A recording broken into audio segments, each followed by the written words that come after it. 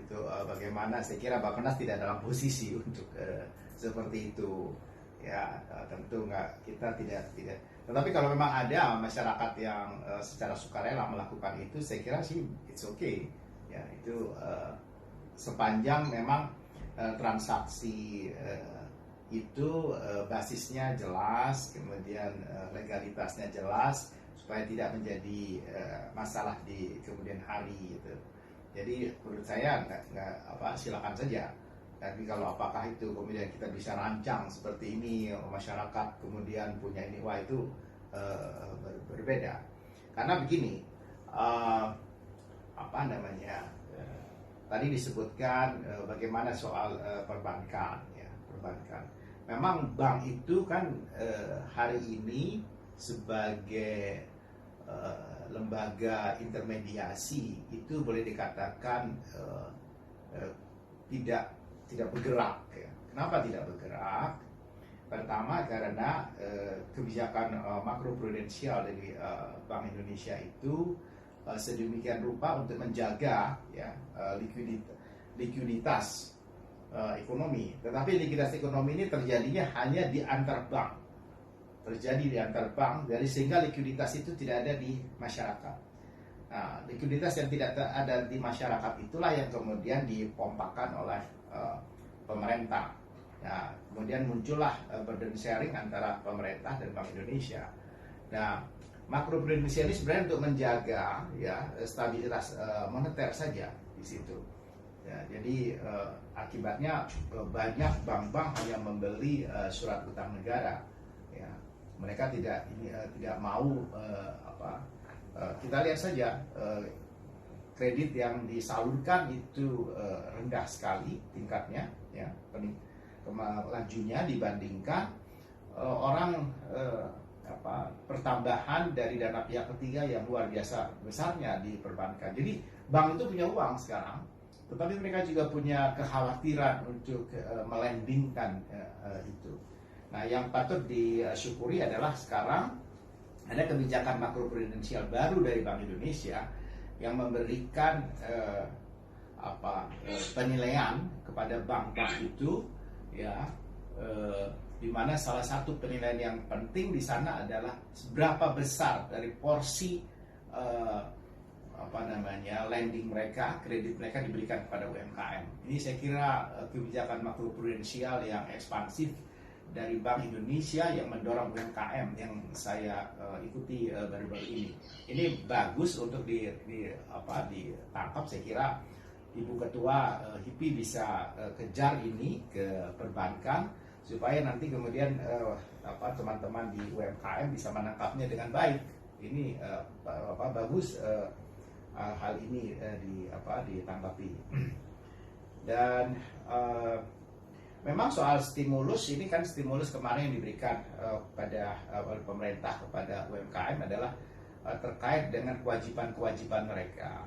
Nah, kewajiban-kewajiban mereka ini penundaan pembayaran bunga, penundaan pembayaran cicilan. Toh itu juga ada masalah karena itu juga menambah beban sebenarnya kepada UMKM. Itu yang sedang kita carikan jalan keluarnya. Kenapa? Karena pembayaran bunga yang tertunda itu kemudian menjadi beban di kemudian hari dan menambah bebannya, bukan mengurangi gitu. Jadi harusnya kan itu istilahnya itu disapu, di wipe off, dihilangkan gitu. Tetapi ini tidak, tetap menjadi sebuah kewajiban. Nah, ini yang sedang aturan ini memang harus, karena bank itu kan paling banyak aturannya yang harus kita kita jaga, karena memang prudennya itu penting sekali, prudensialnya itu penting sekali. Nah, yang terakhir itu mengenai soal pajak, saya kira nanti saya bisa sampaikan ya terkait dengan 2016-2017 pada UMKM ini. Saya kira dan ini sudah 5 tahun ya, mungkin karena data-data dari perbankan yang baru dihimpun, diperoleh oleh kantor-kantor pajak setempat dan kemudian targeting. Memang ini dilematis sekali bagi kita. penerimaan pajak kita ini sekarang ya, tax ratio kita itu turun di 8,32%, 8,2%. Dan kalau kita 8,2% itu luar biasa. Bagaimana kita harus meningkatkan penerimaan supaya belanja dari pemerintah itu dalam situasi seperti ini yang justru harus didorong. Ini saya bicara sedikit soal ini. Ini kan dilematis buat pemerintah, dan kemudian orang juga menyerang pemerintah karena jadi pemerintah diserang karena berutang. Pada satu sisi pemerintah diserang tidak memberikan kenyamanan di dalam penyediaan pelayanan publik dalam hal ini kesehatan, kemudian belanja sosial. Padahal dua hal itu kita lakukan. Misalnya contohnya tahun 2020 ya, dan juga sampai di triwulan pertama 2021 itu ada 1.100-an triliun sendiri kita keluarkan ya. Ini kalau kita hitung dengan kebutuhan, misalnya ibu kota negara baru mau dibuat dan itu dibiayain oleh APBN, itu kita sudah membangun 2 IKN. Sudah membangun 2 IKN dengan dana yang kita luncurkan seperti itu.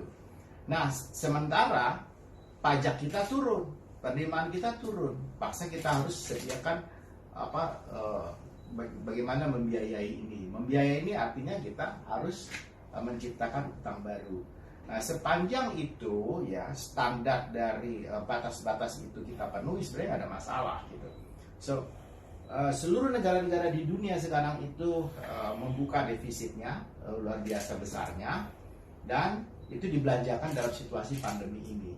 Karena untuk mendorong pertumbuhan ekonomi itu mau tidak mau APBN yang harus ekspansif dalam situasi seperti ini.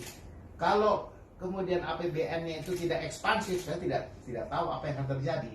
Pertumbuhan ekonomi kita mungkin tidak ada rebound yang untuk triwulan kedua kemarin. Mungkin kita akan tetap stuck, bahkan kemudian turun. Nah, itulah untuk menjaga ini, menjaga supaya pertumbuhan ekonomi kita itu bisa menyesuaikan dengan pertumbuhan potensialnya, bahkan harusnya di atas potensialnya. Saya kira itu yang bisa saya sampaikan. Sekali lagi terima kasih atas undangannya Bu Yani Motik, adinda saya, dan juga saya ingin menyapa Pak Ketum Kadin, Pak Arsyad, itu tadi katanya sudah hadir. Selamat malam Pak, selamat malam. Ya, selamat. Benar baru ketemu lagi dengan Pak Azhar. Ya. Pak Menteri, mungkin buat catatan kali ya sebelum Pak Menteri selesai. Tadi ada beberapa teman mungkin perlu dipertimbangkan relaksasi masalah-masalah pajak. Memang saya merasakan juga sih gitu. Bahkan yang kita sudah selesai di tax amnesty aja kaitannya masih suka di kuyo-kuyo gitu loh dan sekarang. Nah, kemudian ada juga pemikiran soal interest cap. Nah, juga kaitan dengan karena ini kan force major nih gitu loh buat UMKM. Nah, mungkin perlu pertimbangan kali kalau restructure apakah diperpanjang, mungkin di dalam keadaan-keadaan tertentu ya tadi di write off gitu kaitan dengan bunganya, mungkin perlu dipikirkan batasan-batasan tertentu. Dan ini juga mungkin masukan juga buat kajian. Saya kira sekali lagi terima kasih Pak Menteri waktunya. Ini beberapa catatan aja yang dari teman-teman tadi yang tidak sempat dibacakan di ruang chat yang saya baca. Terima kasih Pak Menteri. Ya, makasih.